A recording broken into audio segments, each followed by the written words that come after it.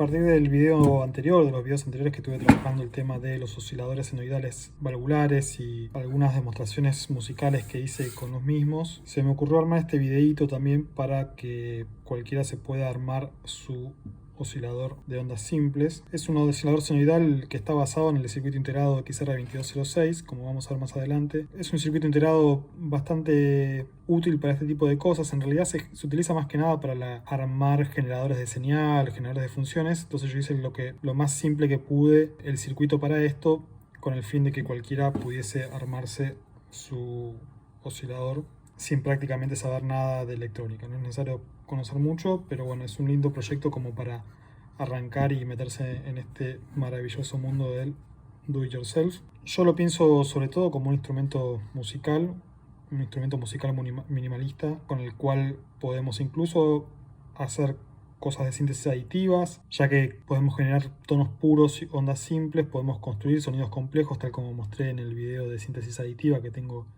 ahí armado, e incluso también se puede utilizar como instrumento standalone y se pueden hacer cosas bastante interesantes. Yo en el disco que armé de Laboratorios Eléctricos Argentinos lo hice como una forma de armar un muestrario de las posibilidades de este tipo de instrumental electrónico.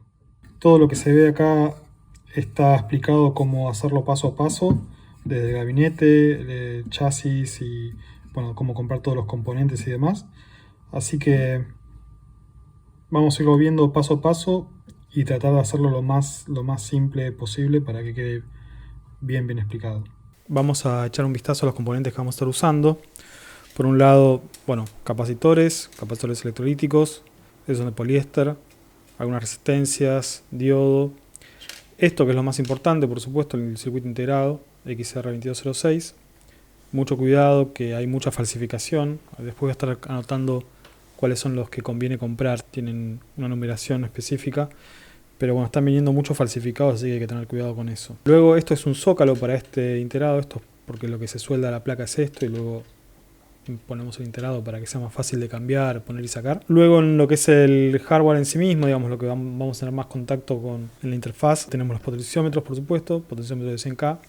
Estos yo no conseguí de vástago corto, pero bueno, eran los que había. Seguramente los terminé recortando. Si son muy largos el vástago, después cuando uno pone la perilla puede quedar un poco sobresalida y queda feo. Pero bueno, lo que sí es importante es comprar que tengan los pines estos, no los que tienen para cables, sino los que son para soldar directo a placa, porque esta placa está pensada y diseñada para este tipo de potenciómetros, para que puedan ir ya agarrados y soldados a la misma PCB para evitar cableado. Luego tenemos un LED de encendido, que es un LED simplemente de testigo, un switch de on y off también, como utilizar, un jack de alimentación de DC, esto es para cualquier jack de 9 volt, como el que se usa para los pedales de guitarra y demás. Sí es importante que sea redondo el jack.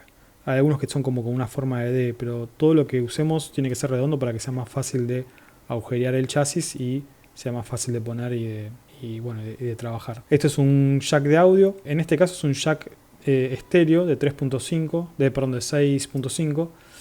Es el jack grande. No es necesario que sea estéreo como este, ni tampoco es necesario que sea de este tipo en sí mismo. Hay otros más baratos, más comunes. Un jack estéreo mono va bien, ¿no? De vuelta, sí, lo importante es que sea circular para poder agujerear. De estos creo que no hay igual otros modelos que no sean de este tipo con rosca.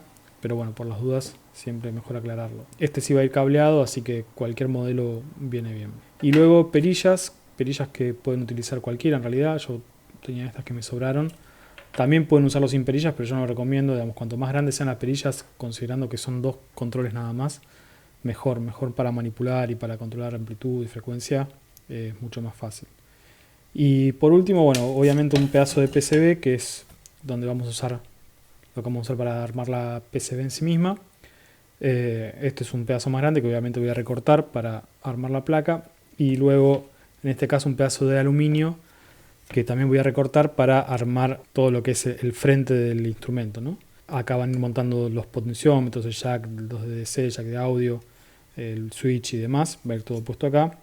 Yo recomiendo usar aluminio porque creo que es el material en términos de costo, calidad, costo-beneficio el mejor de todos, pero se puede usar otros materiales.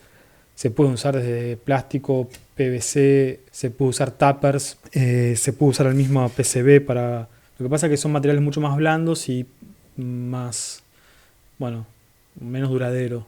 Y yo recomiendo siempre tratar de, si bien se puede hacer con menos plata, por ahorrarse unos pesos, a veces conviene utilizar un poquito materiales un poquito mejor en determinados elementos que son críticos. Siendo que este oscilador está basado en este integrado de XR2206, vamos a ver un poquito datasheet para ver las características del mismo. Un poco acá están descritas como las principales características, ¿no? Esto es lo que más nos interesa, que puede generar una onda senoidal con muy baja distorsión. Y bueno, tiene un rango de trabajo bastante amplio y la tensión que trabaja también es bastante amplia, entonces podemos manejarnos tranquilos con un cargador o con un transformador típico de pedales de guitarra. Si bien acá dice que es de 10 volts a 26, con 9 volts funciona también, a mí funciona bien, así que eso no es problema.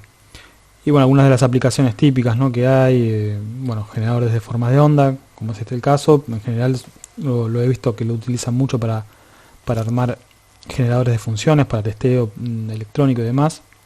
Lo mismo con el Sweep Generation, es un generador de barridos. Bueno, nada, esas son las aplicaciones típicas en las que se utiliza.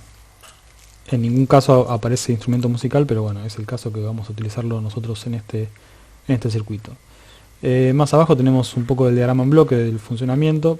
Podemos ver que entre la pata 5 y 6 tenemos el capacitor que determina el rango de frecuencias en la que va a trabajar.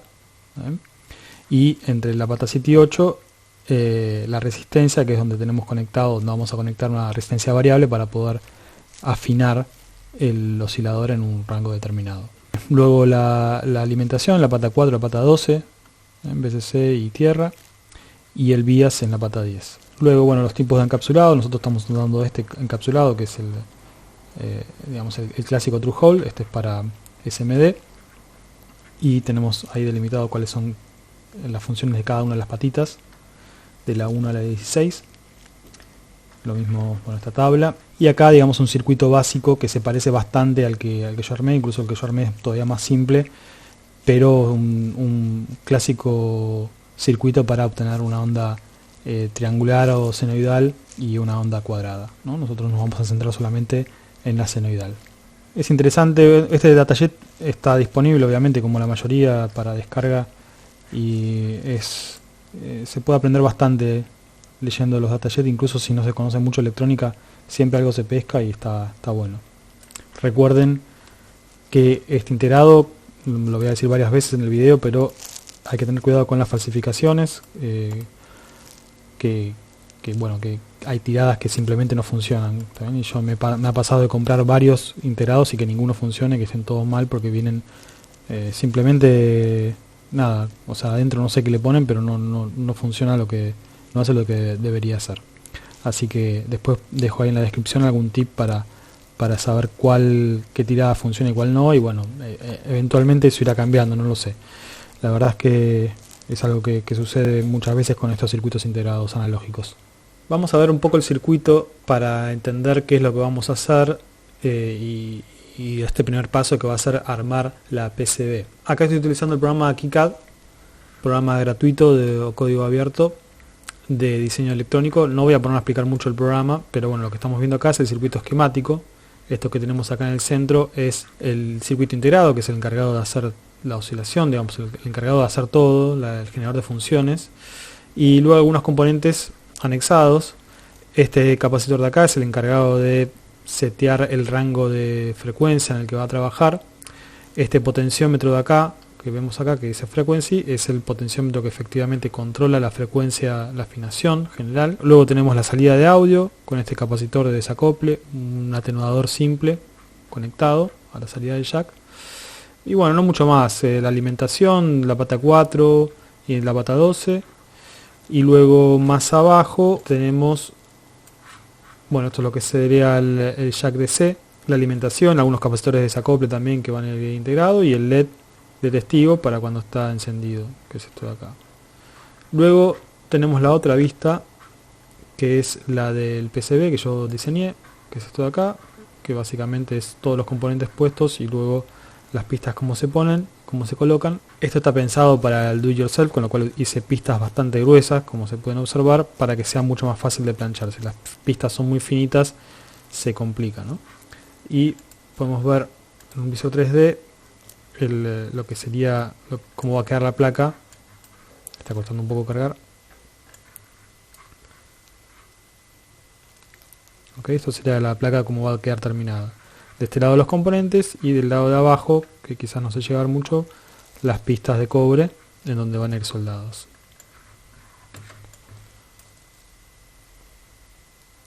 Entonces la idea es ahora pasar esto a la PCB, a la pista de cobre, y es el proceso que vamos a hacer a continuación. Este es el archivo que vamos a utilizar para pasar a la PCB en el proceso del planchado. O sea, lo que hacemos es imprimirlo con una impresora láser en un papel del tipo ilustración, fotográfico, y mediante el calor desprender el negro que hay en el papel y pasárselo a la PCB. Es por eso que esto está espejado, como pueden ver, yo le puse unas letras acá, puse mi nombre, el año, etcétera, etcétera, que se puede ver que está espejado porque esto después cuando pase a la PCB se va a ver al derecho. Entonces este archivo ya está armado con el tamaño que tiene que ser y esto se va a imprimir con el tamaño exacto. Y es importante, esto es muy importante, mantener el tamaño que lleva la placa porque sobre todo por el circuito integrado que tienen todas las patitas que tienen una medida determinada y que si no no les va a entrar. Lo mismo con el potenciómetro, estos tres agujeritos de acá están pensados para que encajen justo los potenciómetros. Si no se respeta el tamaño, si se hace más grande o más chico, va a quedar fuera de escala y no va a servir. Entonces esto es muy importante imprimirlo así como está. Yo imprimí este archivo PDF o también que son varias en una sola hoja por si quieren hacerlo, quieren hacer varios y ya tienen en una sola hoja impreso el archivo. Esta publicación que vemos acá es el tipo de papel que se utiliza para hacer este proceso de transferencia térmica. Yo voy a utilizar creo que de vuelta, digamos, para el precio que sale es el que mejor funciona, aunque se puede hacer con papel ilustración común, papel fotográfico, incluso hay gente que lo hace con papel de revista ese medio brilloso se puede utilizar, o sea, se imprime sobre la revista ya usada, digamos, se corta así el pedazo. Bueno, van a encontrar un montón de formas de hacerlo en internet, en YouTube está lleno de personas que cada uno va mostrando su método. Este es quizás el más clásico y yo creo que para el precio que sale el papel no está mal comprarlo. Viene de a 5 hojas y en 5 hojas hay para imprimir un montón de circuitos. Voy a poner imprimir y vamos a ver cómo queda. Cuando lo vayan a imprimir, recuerden setear en las opciones de la impresora que esté por un lado, bueno, el diseño vertical, digamos la hoja vertical. Seguramente les van a preguntar en las opciones el tamaño, pónganle el tamaño real, ¿está bien? Porque tiene que ser exactamente el tamaño que tiene que ser, que está diseñado. También la calidad máxima que puedan, para que depende de cada impresora, cada sistema operativo, pero te deja muchas veces setear la cantidad de tinta incluso que va a utilizar. Cuanto más tinta utilice, mejor. ¿Está bien? Porque eso es lo que vamos a intentar desprender con el calor para que pase a la placa. Entonces, tamaño real, 1200 ppp, diseño vertical. Y si tienen dudas, antes de imprimirlo en la hoja de ilustración, que es más cara, imprímanlo en una hoja común, también una hoja 4 común, así pueden luego chequear el tamaño, si está correcto, poniendo los componentes encima y viendo que efectivamente, sobre todo el integrado, encaja perfectamente. Tenemos la impresión lista. Como pueden ver, esta hoja tiene de este lado imprimir del lado opuesto, o sea que es acá donde hay que imprimir, por eso también es importante para chequear antes imprimirlo con una hoja común. Cuando lo imprima con una hoja común, lo único que tienen que hacer es después, utilizando el mismo integrado, el zócalo, posicionarlo y ver que todos los agujeritos encajen con todas las patitas. Eso significa que el tamaño del archivo es el correcto. Lo mismo que con los potenciómetros. Los potenciómetros tienen 3 patitas. Y estas 3 patitas van a encajar justo en los 3 agujeritos. Entonces, ahora que tenemos efectivamente el archivo ya listo, lo que tenemos que hacer es recortarlo y transferir este toner a el PCB. Entonces vamos a cortar esto del tamaño justo por la línea exacta y esto también del mismo tamaño que el papel. Esto a lo mejor hacerlo con un cúter, en lo posible que esté bien afilado.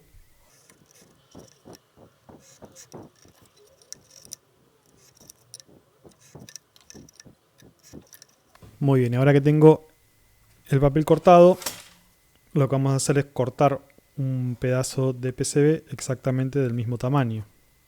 ¿Okay? Lo vamos a marcar con un lápiz y luego vamos a proceder a cortarlo. Lo voy a hacer muy suavemente para que después marcarlo mejor.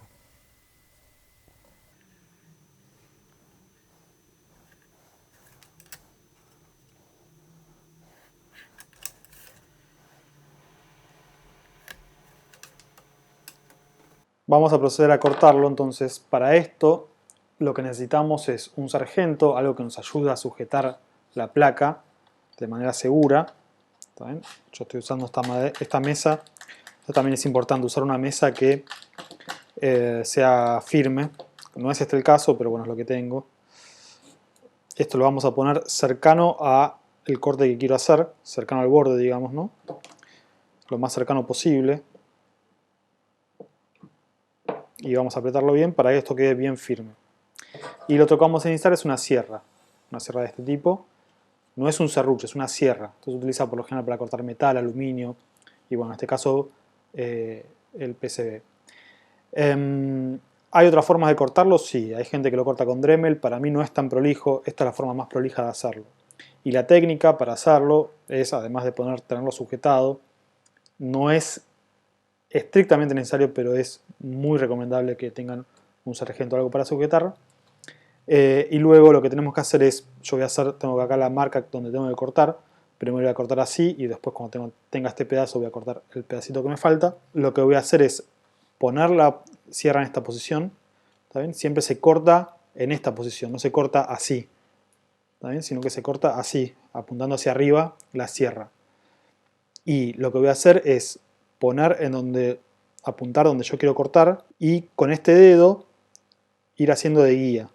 No hay que tener miedo porque no te vas a cortar, ya que no estás donde está cortándose en el vértice, ¿no? Yo estoy apoyando más arriba. Entonces, primero es una pasada así, en una dirección, ¿está bien? Y ya sacamos y ya queda marcado. Lo podemos volver a repetir. Y ahí quedó marcado.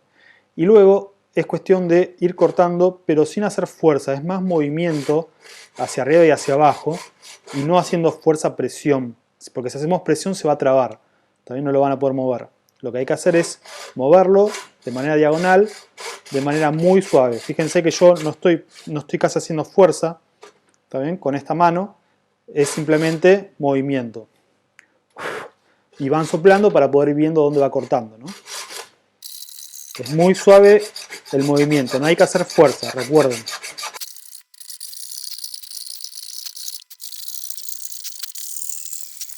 Ahora que tenemos este pedazo cortado, vamos a hacer lo mismo, pero con el pedazo que me falta, que es el de acá.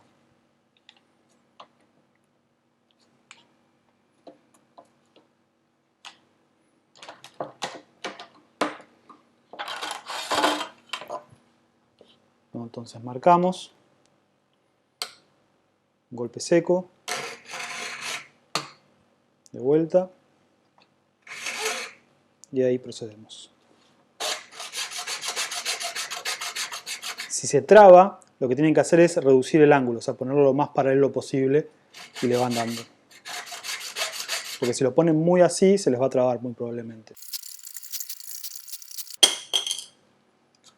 Ahora que tenemos el pedazo cortado, lo que podemos observar es que el corte, si bien está bastante recto, tiene algunas imperfecciones. Por ejemplo acá, si lo vemos de canto, se puede ver el corte de la sierra. Y otra cosa es que si tocamos el borde, vamos a sentir que está como si hubiera un filo. Bueno, todo eso se lo tenemos que sacar. ¿Con qué se lo vamos a sacar? Con una lija. Una lija de un gramaje medio. Esta es de 120. Está un poco gastada igual. Yo lo uso para esto en general. Y lo primero que vamos a hacer es lijarle todos los cantos de esta forma.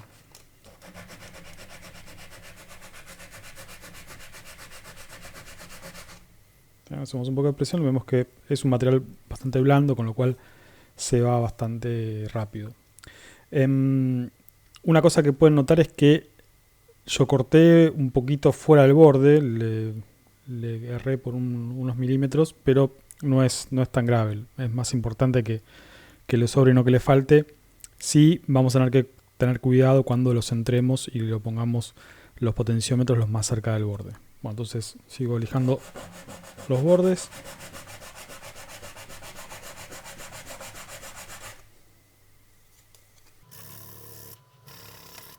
Y ahora que están los bordes bastante prolijos, lo que voy a hacer es quitarles el filo, lijándolos como una posición diagonal, de esta manera, así.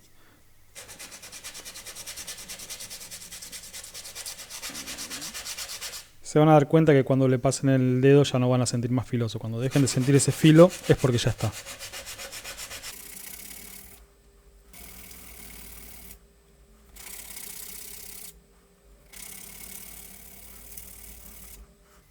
Listo. Y ahora por último, como pueden ver, el cobre está bastante percudido, está un poco sucio, está manchado. Y lo que vamos a hacer es utilizar virulana para lijarlo y dejarlo lo más pulido posible. Virulana con un poquitito de agua. Esta virulana es una virulana finita y lo que vamos a hacer es sumergirlo un poquito en agua, porque la virulana con el agua hace que sea todavía más suave lo que es el pulido. Y le vamos a dar bien en todas las direcciones.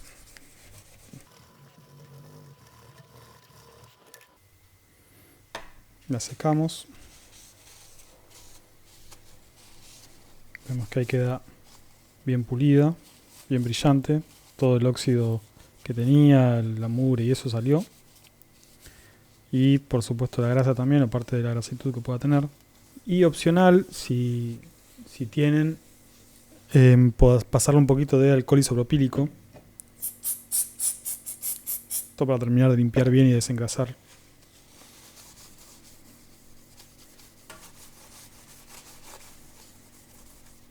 Es alcohol isopropílico, no alcohol común, digamos. Es el alcohol que se utiliza para electrónica y demás. Y ahí quedaría la placa lista para ahora sí hacer el transfer. Lo que vamos a hacer es entonces poner esto sobre esto boca abajo y aplicarle calor con una plancha para que el toner vaya a parar a este lugar. Bueno, yo ahí recién lo toqué, traten de no tocarlo porque obviamente los dedos tienen grasa y lo ideal es que quede lo más limpio posible. Esta es la parte más crítica de todas. Lo bueno es que puede hacerse la cantidad de veces que sea necesario porque bueno, puede fallar.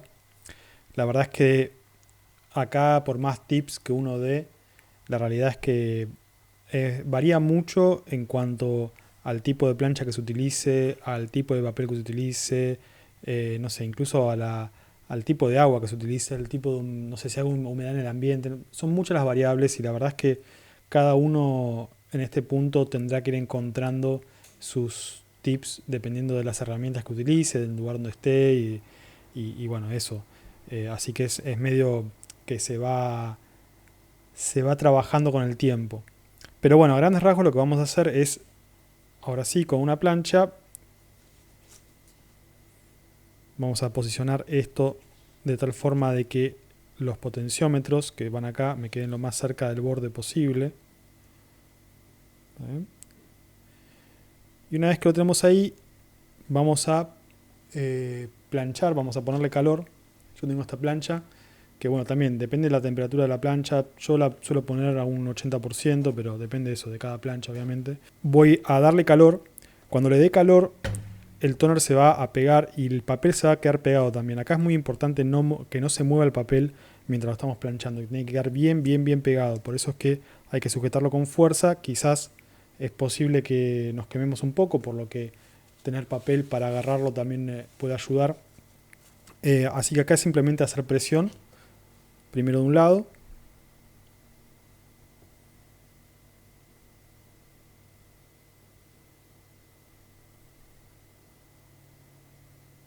Primero de manera suave para que se vaya pegando.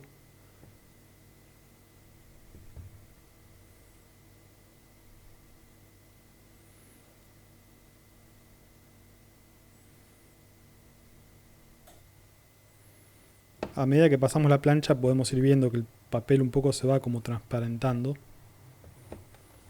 Voy a darlo vuelta.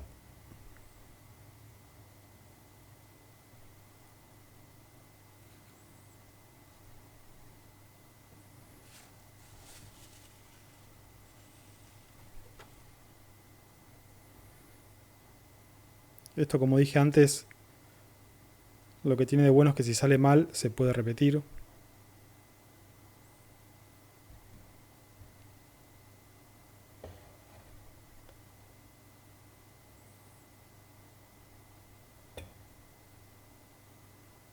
Siento que un poquito se me corrió del borde, pero bueno, creo que todavía sirve.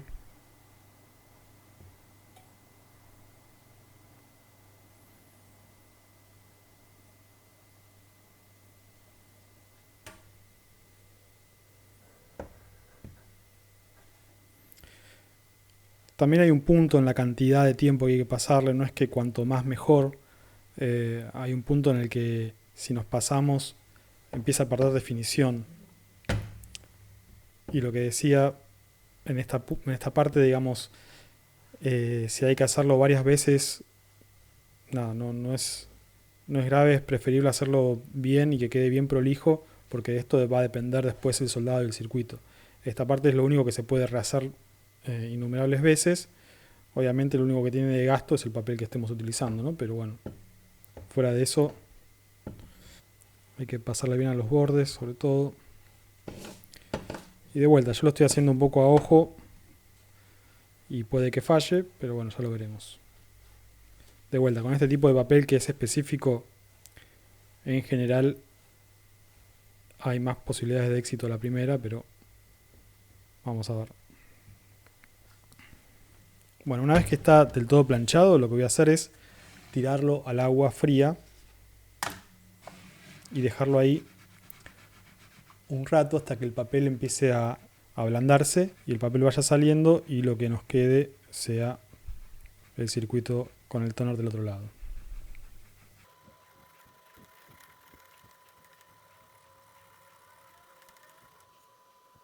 Ha pasado 10 minutos, a ver cómo viene esto. Vamos a tratar de muy suavemente con el dedo ir sacando el papel bajo el agua.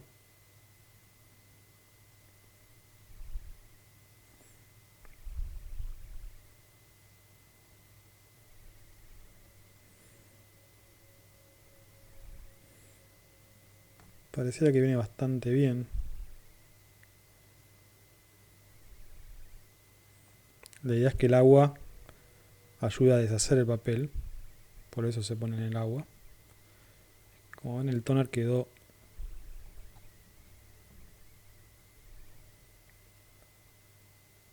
hay que hacerlo muy suavemente.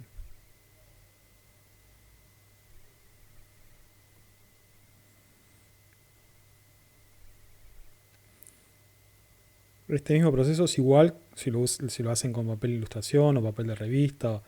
Incluso hay gente que lo hace con papel de plateo. Bueno, nada, hay millones y millones de ejemplos. Pero siempre es el mismo proceso. Bueno, una cosa es que, como dije, me había quedado corrido la placa. Quedó bastante bien. A esta línea de acá me falta, que se la puedo completar con un cable o con marcador ahora, marcador indeleble. Yo lo voy a hacer así, no lo voy a hacer de vuelta porque bueno, nada, yo ya tengo cancha en arreglar estas cosas, pero recomiendo que lo hagan lo más centrado posible y que les quede lo más prolijo posible para tener cualquier tipo de problema. También, si con un cepillito de dientes le pueden terminar de sacar cualquier restito de papel que quede, porque el percloruro, el ácido, va a trabajar y va a comerse todo el cobre que esté desprotegido. Y lo que esté pintado no lo va a comer. Entonces cualquier pedacito que vean de manera microscópica, si no lo sacan, ese lugar va a quedar sin comerse el ácido. Y es muy importante, sobre todo para el agujereado, el momento del agujereado, que los agujeritos donde van los componentes estén libres de papel también, para que esa parte quede marcada como corresponde y luego la mecha pase mucho más fácil, como sea como una especie de guía para que la mecha pase y agujeree más fácil. Bueno, la verdad que quedó bastante bien, ¿eh? Salvo por esta liñita que me quedó acá que me faltó. Casi que no tiene errores esta placa. La voy a secar un poquito con papel.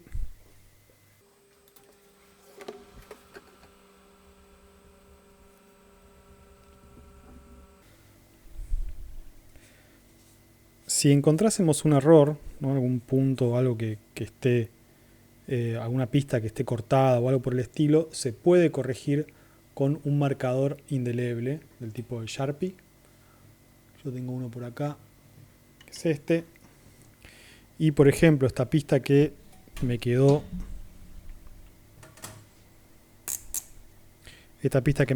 sin hacer, lo puedo conectar con un cable directamente acá. Aunque no me acuerdo siquiera si tiene alguna funcionalidad, pero por las dudas lo puedo corregir pintándolo con marcador. El marcador no es tan potente para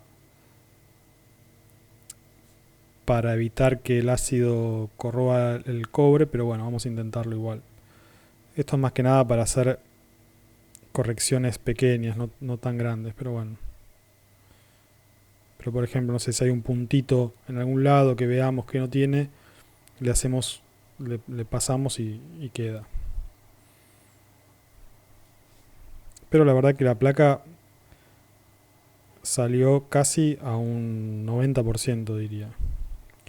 Lo mismo si hay partes que tienen algún tipo de papel todavía o de tinta que no debería estar, se puede con un alfiler raspar y se le saca esa parte de la tinta. Bueno, ahí lo tendríamos listo para echar al ácido. Así que ahora vamos a pasar a la siguiente etapa. Y aquí llegamos al último paso para hacer la placa. Lo que vamos a hacer es bañar a la placa con cloruro férrico concentrado. Entonces compra así, es específico para la fabricación de circuitos impresos. Este líquido no es caro y se puede reutilizar varias veces, así que nada, no representa un gran costo y es obviamente recomendable tener si se van a dedicar a esto. Entonces lo que vamos a hacer es, por un lado, poner el líquido, el ácido, en este recipiente. Acá tenemos dos tuppers, dos recipientes. Yo lo que voy a hacer es poner uno adentro del otro porque el de acá le vamos a poner agua caliente, más o menos a unos 85 grados.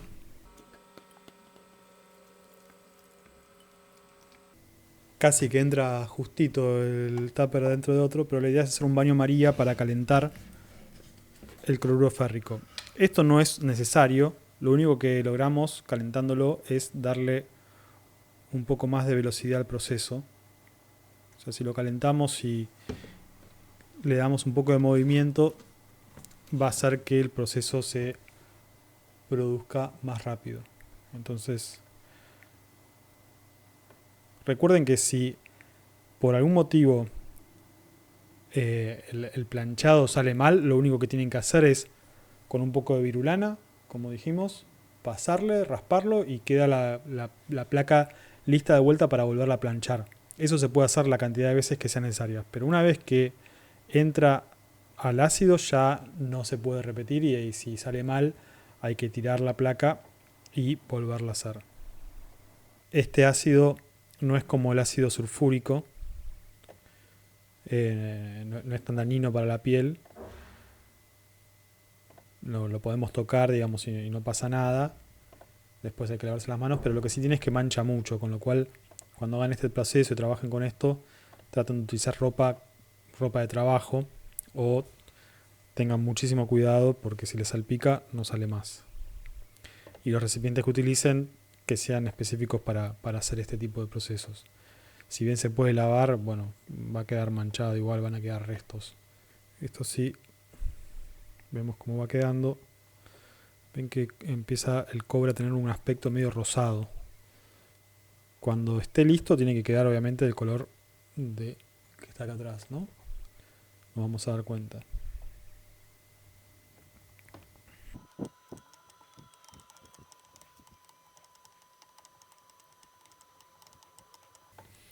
Cuando el ácido está nuevo, come mucho más rápido, obviamente, a medida que se va usando, demora un poquito más. Este que tengo lo tengo bastante nuevo.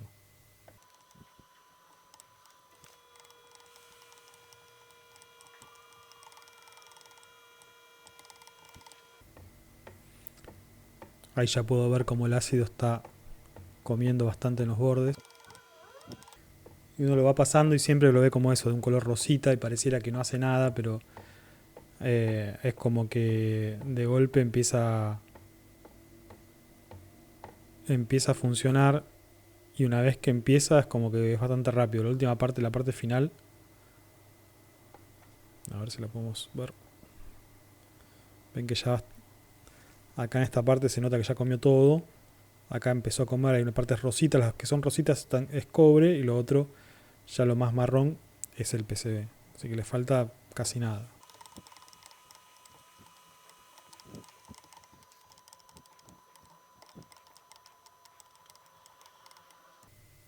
Casi está ya.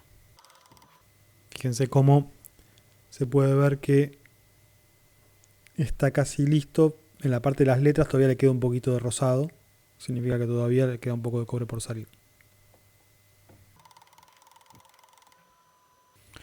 Pueden utilizar guantes si prefieren para no mancharse los dedos. Yo creo que ya está listo. Sí. Ahora lo que hacemos es limpiarlo bien, pasarlo con abundante agua. Voy a buscar un recipiente con agua. Ahora en este mismo recipiente con agua fría lo lavamos bien y procedemos a quitarle la tinta con pirulana nuevamente.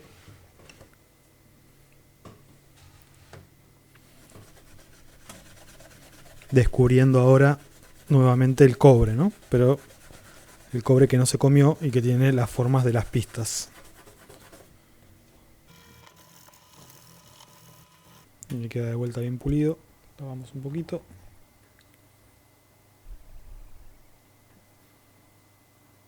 Secamos. Y ahí podemos ver. Quedó bastante bien. Incluso la línea esta que yo le había hecho con indeleble quedó ahí marcada, como podemos ver. Está reconstruida. Y las letras están súper legibles, con lo cual es un indicio de que la placa tiene mucha definición, está muy bien. Ahora vamos a pasar a el agujereado de cada uno de los lugares donde van los componentes. Este es el proceso que quizás tiene una complejidad, que es la herramienta. Esa es una herramienta quizás poco común en las casas y es una de las quizás primeras inversiones que uno tiene que hacer para poder realizar este tipo de trabajos. Este es un torno Dremel, es una especie de agujereadora de mano, pero que sirve para muchísimas aplicaciones. Y lo vamos a necesitar porque vamos a agujerear la placa con esta mecha de 1 milímetro. Para poder poner esta mecha en el Dremel tenemos que comprar un adaptador especial, que es este mandril, que permite agarrar mechas o agarrar objetos más pequeños que los comunes. Esto lo vamos a ir cerrando hasta que podamos meter la mecha centrada. Tiene que estar bien centrada la mecha, ajustarla bien. Y una vez que está ajustada, ahí proceder a agujerear. Esto se puede hacer a mano, no es muy recomendable, pero se puede, digamos, poniendo sobre algún tipo de madera, ir haciéndolo uno por uno los agujeros.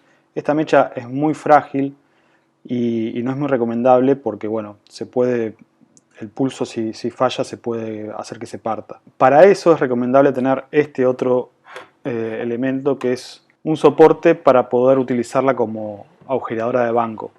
Y lo que nos permite esto es que el agujereado baje perpendicularmente de manera perfecta. Entonces es mucho más fácil de controlar. Esto se enrolla acá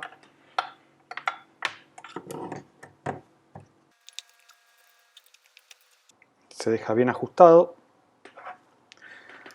Hay que ponerlo a un nivel que esté más abajo, más cerca del piso.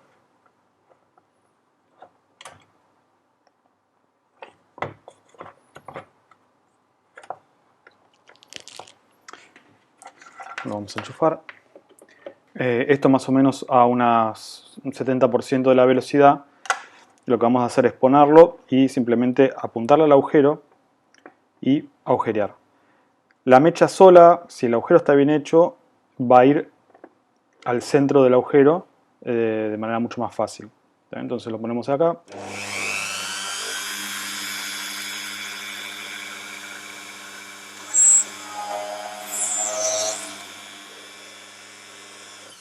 Y listo, queda agujereado. No sé si se llega a ver.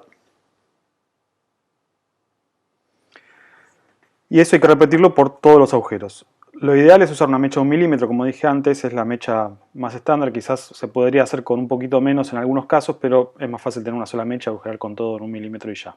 Esto va a servir para la gran mayoría de los componentes.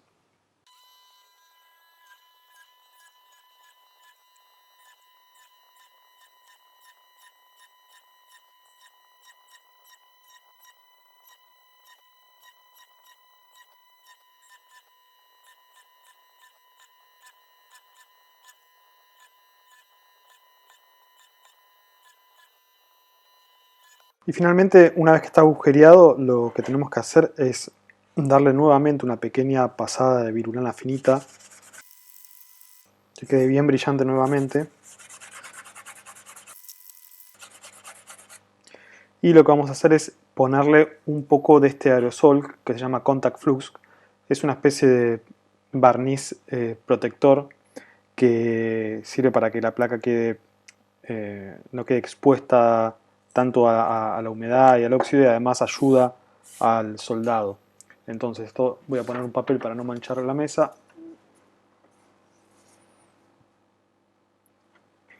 Y una muy fina capa de esto.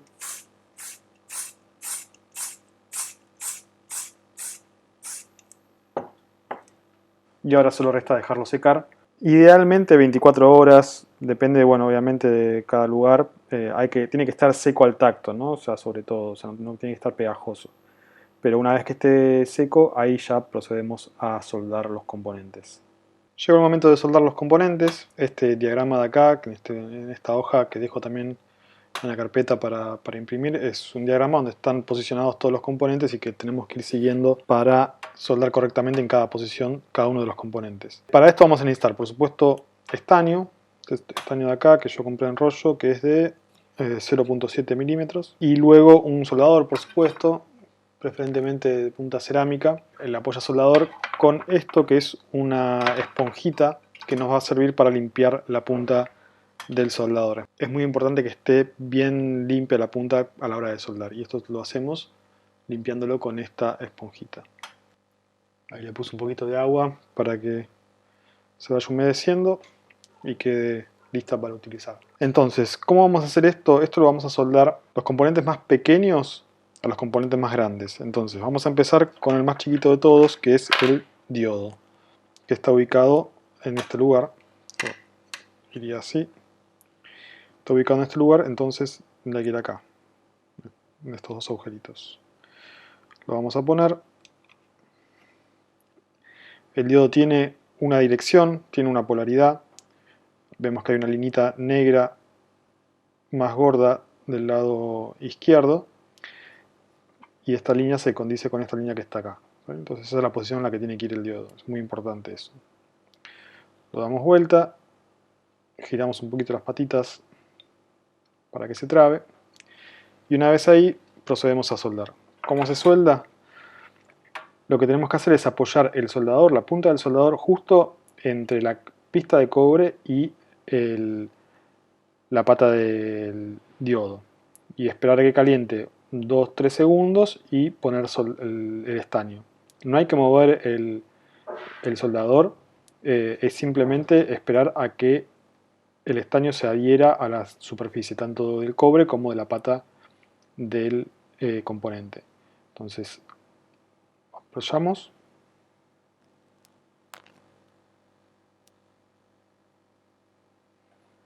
y ya. Lo mismo con la otra.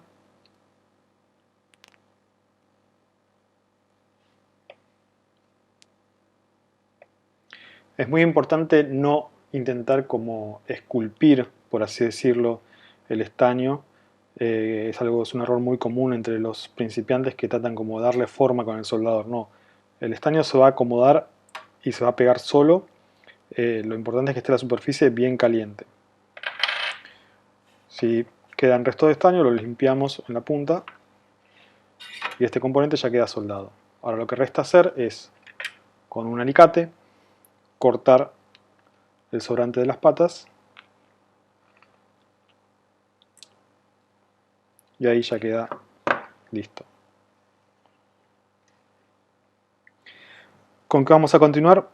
Bueno, lo que le sigue en tamaño, en este caso, son las resistencias. Tengo dos tipos de resistencias yo porque compré, algunas tenía de 1/8 de watt y otras que son de 1/4.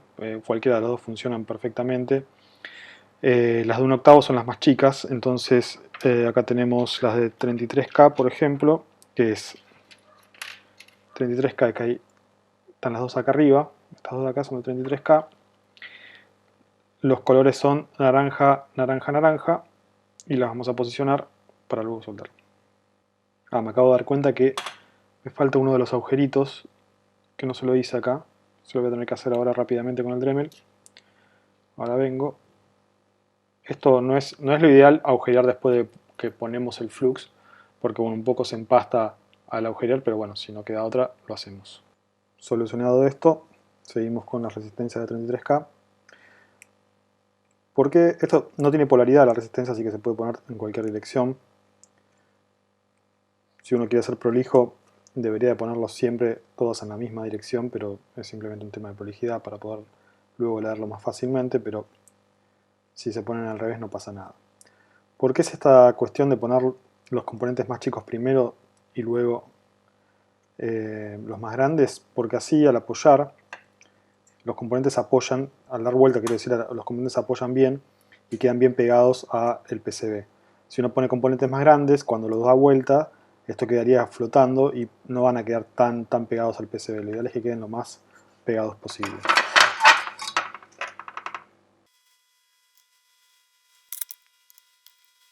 Tengo ahora este de 10K, marrón, negro, naranja.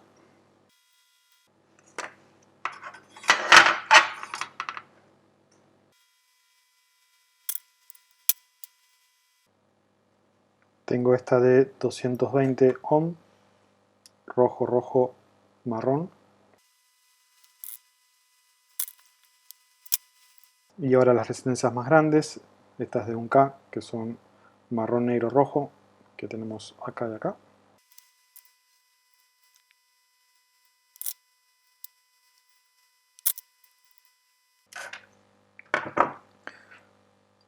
Ahora vamos a continuar con el zócalo, que es donde va a ir el integrado enchufado.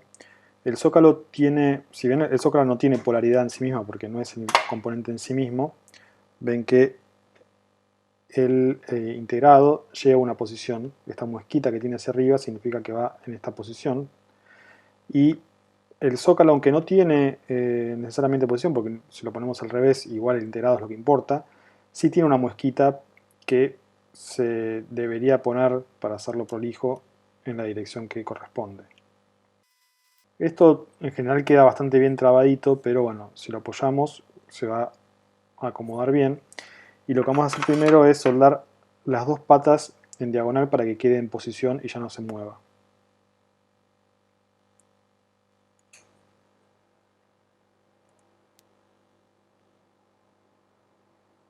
Y ahora vamos a ir soldando las patas restantes. Si no tenemos mucha cancha para soldar, para distribuir el calor y no se derrita el plástico, lo que podemos hacer es ir soldando de manera desordenada para que el calor se vaya distribuyendo de manera uniforme. Entonces no dejamos descansar una parte para que se vaya enfriando mientras soldamos otra. Si no, lo hacemos uno tras del otro, no pasa nada. Igual este es el zócalo, digamos, no es algo caro si se rompe, pero es bastante engorroso de soldar.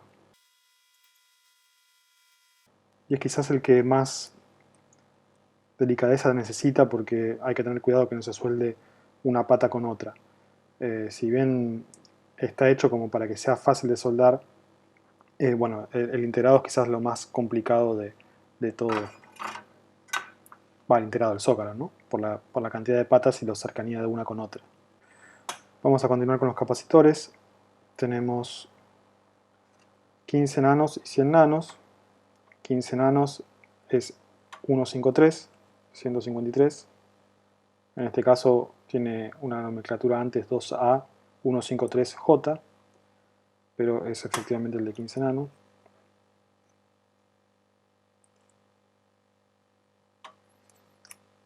Y el de 100, que es 104. Debería haber empezado primero por este y luego por este, pero bueno. Como están bien agarrados, no va a haber problema.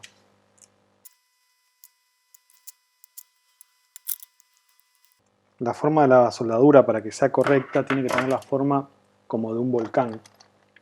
O sea, si este es el alambre, esta es la placa, visto de costado, ¿no? El estaño tiene que tener esta forma.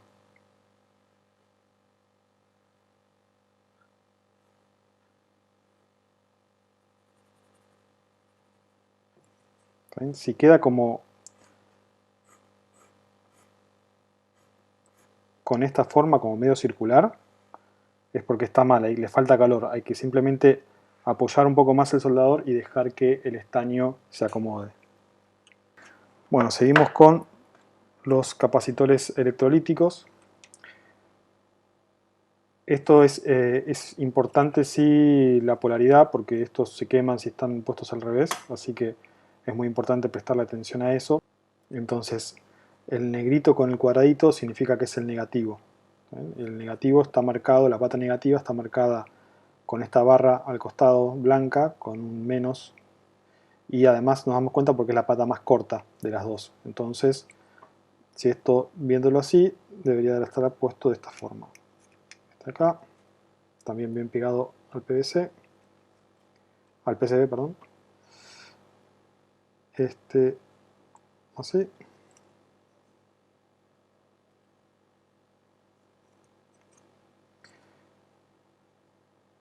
Y aquí.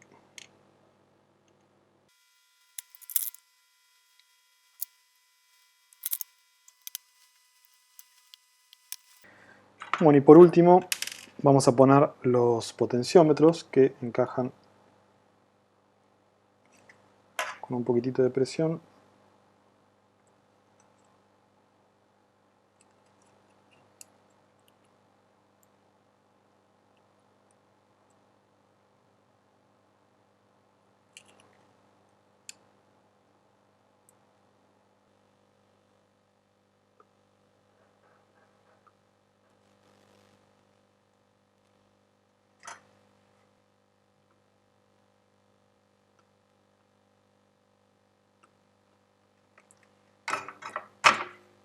Y ahí quedaría listo.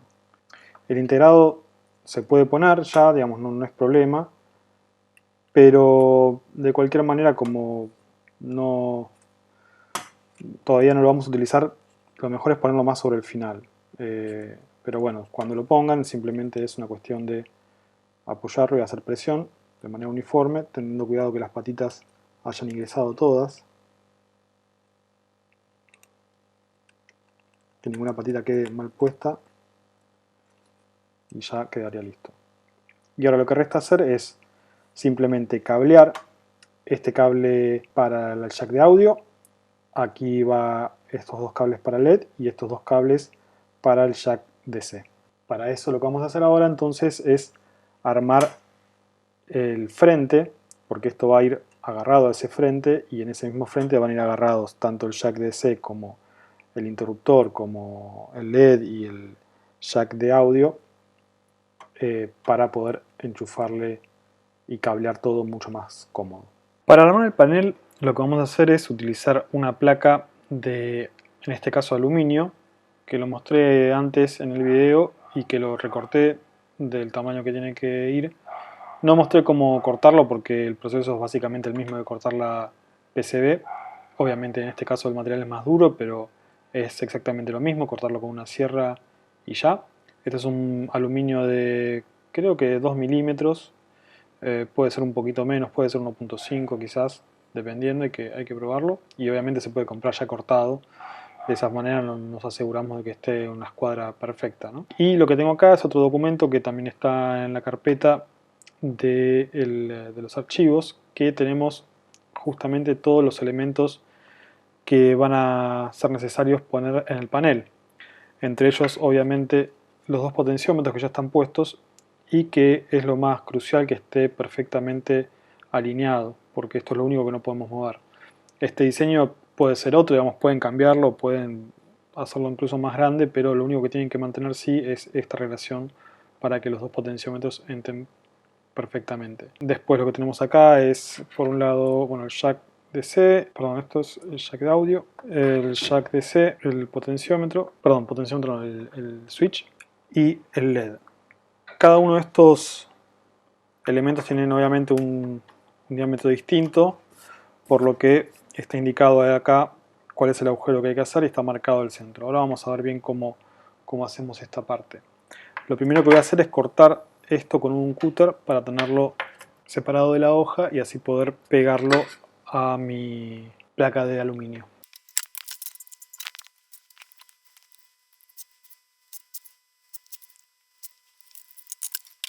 Ahora que lo tenemos separado, lo que voy a hacer es pegarlo acá con un poco de cinta para que me quede fijado.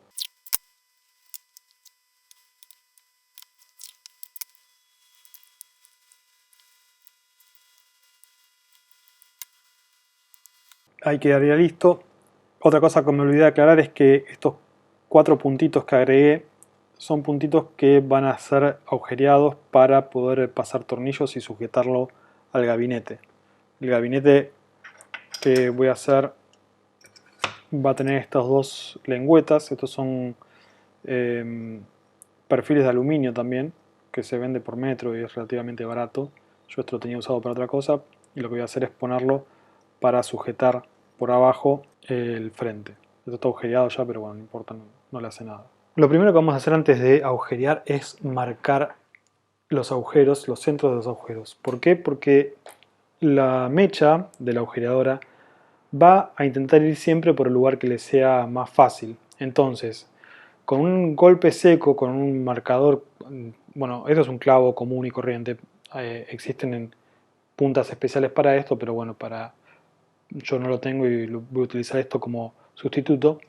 Lo único que tenemos que hacer es poner el clavo justo en el centro y darle un golpe seco para que quede marcado el aluminio.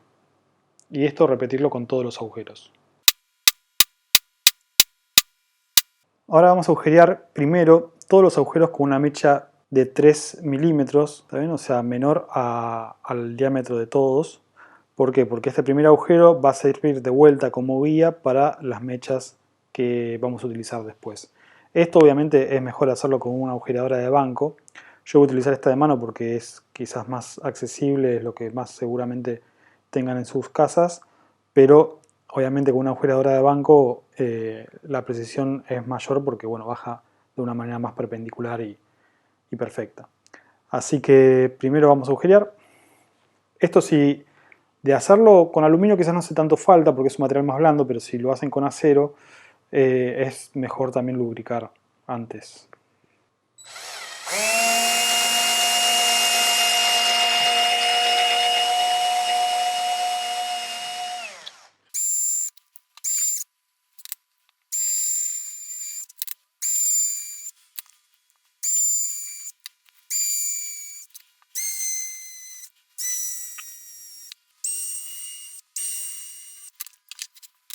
Y ahora una vez agujereado con esta mecha, sí hacemos con las mechas que corresponden. Primero vamos a empezar con la de 5, que es la de LED.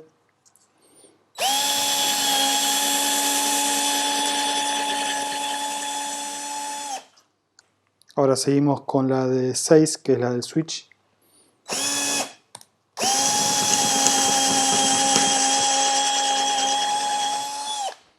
Seguimos con las de 7, que son las de los potenciómetros. Para la de 8, para el jack DC.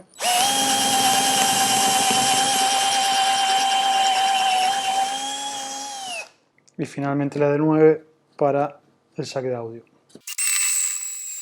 Lo que vamos a hacer ahora es con una mecha un poquito más grande y de manera manual vamos a sacarle toda la rebaba que tenga.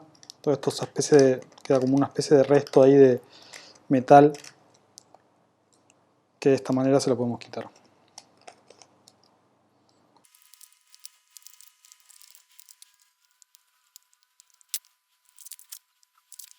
Y ahí nos queda listo el agujereado del frente.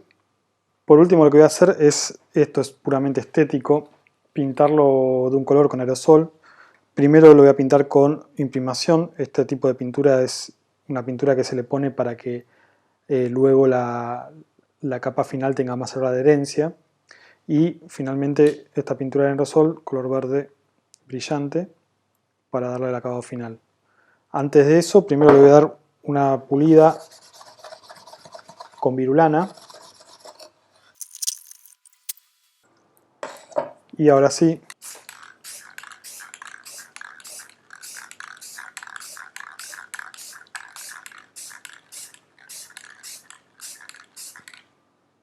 y ahora una vez que está seco,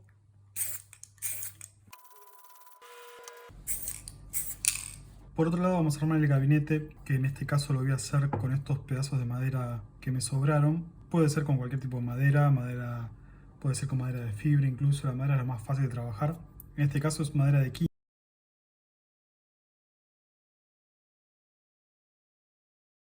centímetros por 8 de alto. Se forma un rectángulo en el cual va a encajar perfectamente nuestro frente. Estas medidas después las dejo abajo. Así que primero lo que voy a hacer es hacerle dos agujeros bien perpendiculares con la agujeradora de banco que usé para la PCB, para que pueda meterle estos tornillos y vayan bien perpendiculares y se agarren a esta madera de canto y no se vayan por un costado. Le voy a poner un poquito de cola vinílica para que agarre un poquito mejor. Y lo otro que voy a hacer es ponerle estas L que van a hacer que soporte luego el frente de aluminio. Así que primero voy a agujerear, como dije, los agujeros del costado para poder pasar los tornillos. Esto lo voy a hacer, como el ancho de esto es de 15, lo voy a hacer justo a la mitad, que es en 7,5.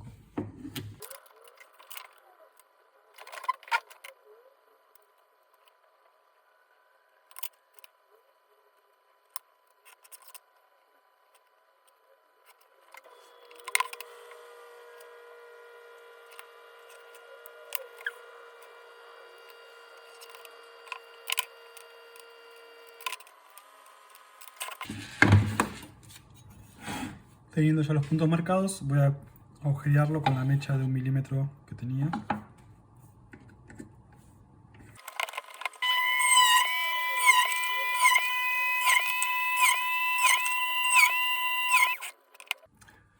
Ahora voy a poner las lengüetas de manera centrada, más o menos a la misma distancia de profundidad que lo que me marca la misma lengüeta.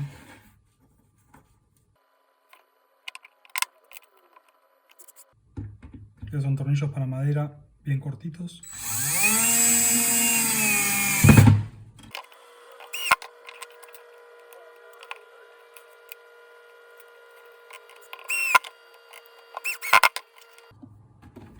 Y lo voy a agarrar con esto para que quede bien prensado.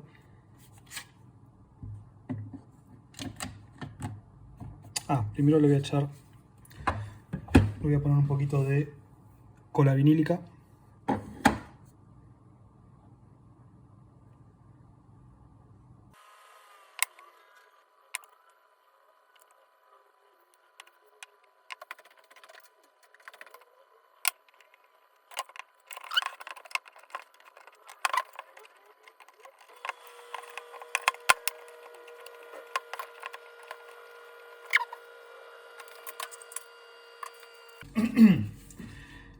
Y Y ahora que está bien prensado, voy a agujerear en los agujeros que ya había hecho previamente para que me sirvan de guía y que la mecha vaya bien de manera pareja y recta sobre el canto de las otras maderas.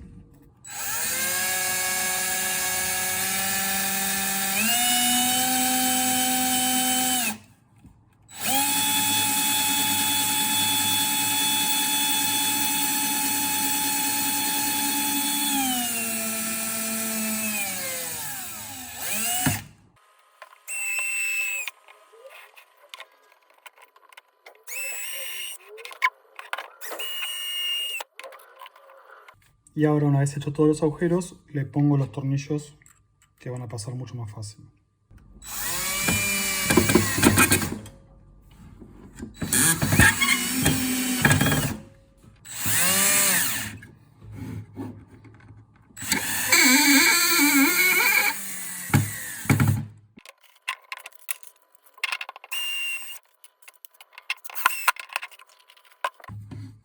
Y ahí queda listo el gabinete. Ahora le voy a echar una mano de barniz con aerosol y ya estaría listo.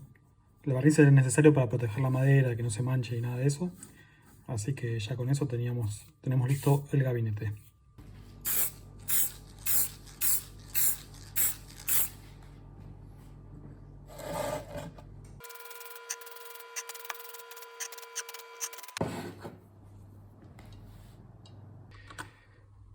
El cableado lo vamos a hacer siguiendo este diagrama que dejo en la carpeta.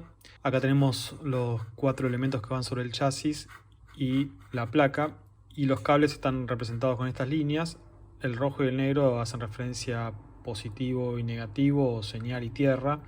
Casi todo es bastante simple, digamos, el jack de audio y el LED van directamente a la placa, y el único cableado interno que existe está entre el jack DC, que es la entrada de alimentación, y este switch de encendido y apagado, que lo que hace es permitir o no el paso de la energía entre este punto y este punto, entonces interrumpe el flujo de la corriente hacia la placa. Es importante tener en cuenta esta cuestión de positivo y negativo, o sea, fíjense que en el jack de audio este punto hace contacto con el chasis, o sea, con la parte de afuera, que es la tierra, el negativo, y este jack de acá, este conector de acá, si lo seguimos, acá no se ve, pero va a parar a este punto, que es donde hace contacto el jack de audio, donde envía la señal. Lo mismo con el LED, la pata larga va al positivo y la corta al negativo, pues estás en la placa acá, negativo y positivo. Y en el caso del jack DC, lo mismo, que tiene que ver justamente con que la posición del positivo en este caso va a estar en la parte exterior y el negativo va a ser el centro. Esto es el tipo de conexionado más común que hay en los pedales de guitarra, por lo general. Esta tercera patita no se usa, es la patita de corte. Lo mismo que acá no se ve, pero hay una tercera patita que tampoco se usa, así que hay que prestar atención en cuál de las dos tiene que ser y cuál es la correcta. Para el cableado vamos a utilizar este cable que yo reciclé de un cable de red. Los cables de red vienen con muchos de estos cables que vienen trenzados ya en pares, y en general vienen de dos tipos, unifilar o multifilar. En este caso es multifilar, o sea, se fijan, hay varios pelitos, de cobre. El unifilar también sirve, lo que pasa es que es más frágil, porque al ser un solo contacto de cobre, si se quiebra se pierde la continuidad, entonces es mejor hacerlo con este multifilar. Y también el hecho de que ya venga trenzado y que venga de dos colores nos ayuda a diferenciar positivo y negativo. Para esto lo que vamos a hacer es primero pelar el cable. El cable se pela con una pinza de punta agarrado y haciendo pequeño cortecito muy suave.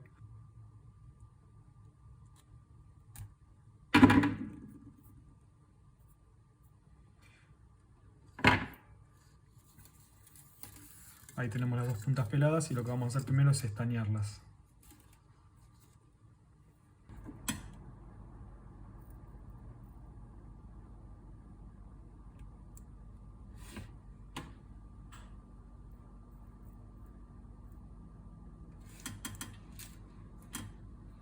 Una vez estaneada, vamos a empezar con el jack de audio. Voy a utilizar el color naranja como mi positivo y este blanco y naranja como mi tierra. Así que este va a ir el naranja acá.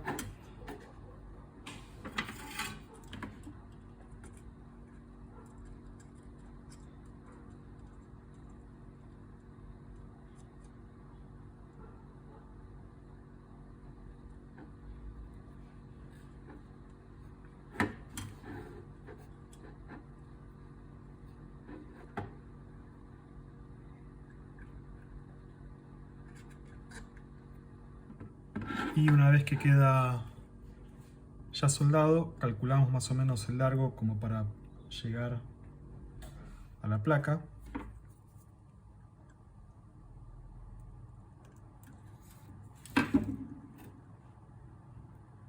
Y hacemos lo mismo, primero estaneamos las puntas y luego pasamos a soldarlo a la placa.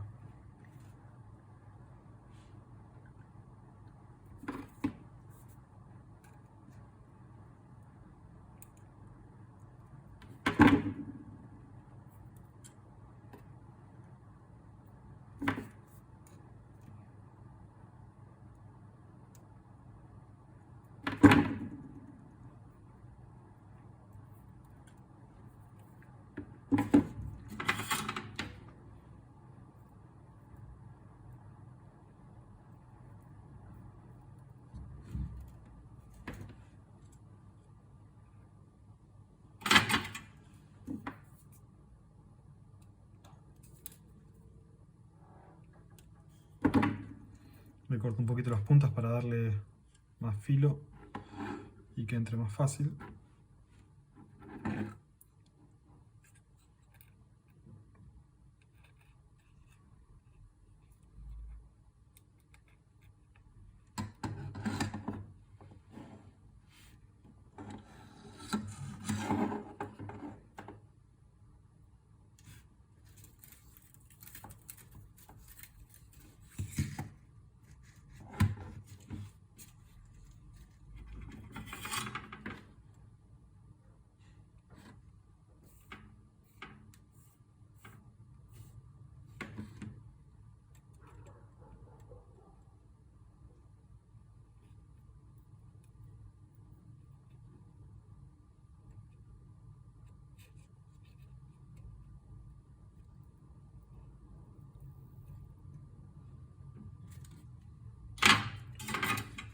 Y una vez soldado, cortamos el excedente igual que con los componentes.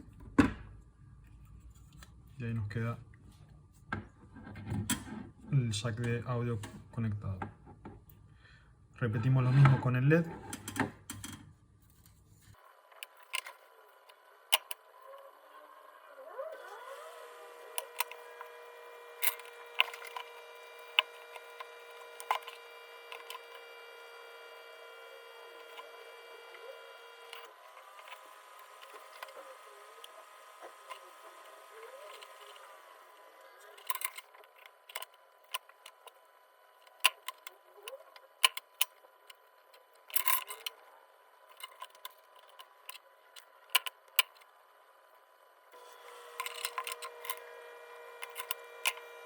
Y por último el conexionado del jack DC, tal y como lo pusimos en el diagrama.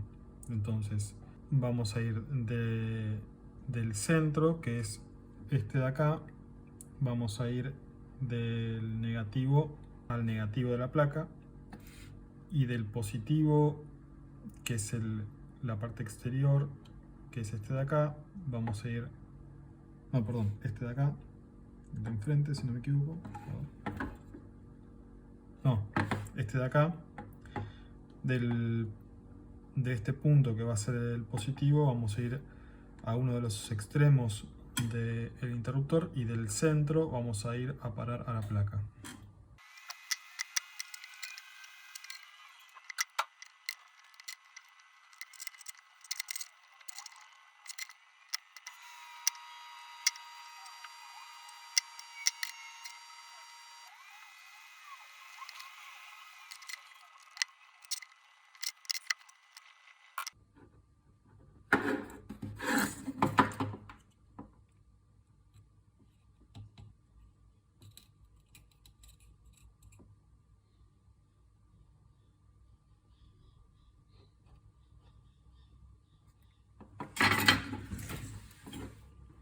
Bueno, y ahí quedaría listo todo el conexionado. En teoría, si lo enchufamos ya tendría que funcionar.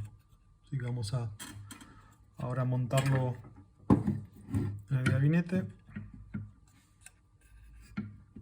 Bueno, y finalmente aquí lo tenemos listo y montado. Le puse las perillas, le puse los 4 tornillos. Un detalle es que no me di cuenta, creo que lo comenté en el video, pero no sé por qué, distraído, cometí el error igual, que cuando utilizamos gabinete metálico, si la ficha ADC es del tipo metálico, si alrededor es de metal, el positivo tiene que ir al centro. Eso lo dejé aclarado igual en el dibujo del conexionado. Pero bueno, hay algunos jacks, sobre todo los que son más para pedales, que vienen con la carcasa de afuera de plástico, entonces se puede poner sin problema. Porque si no, si el positivo va en el lado externo, hace corto con el chasis que está a tierra, ¿no? Porque el jack de audio está puesto a tierra. Así que nada, es un detalle que hay que tener en cuenta. Si es un gabinete de plástico, obviamente no pasa nada. Y bueno, solamente quedaría probarlo. Vamos a enchufarle primero el jack de DC.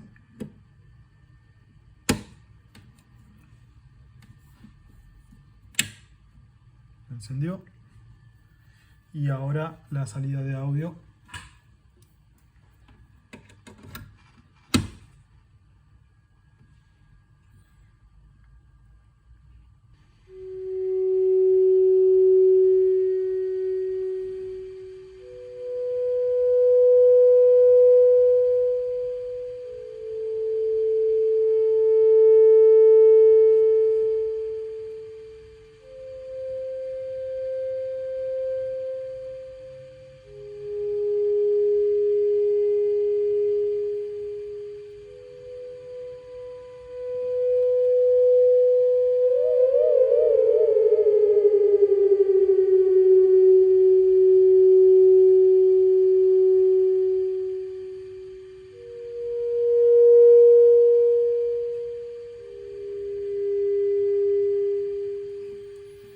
Y así queda listo nuestro instrumento minimalista de generador de tonos puros.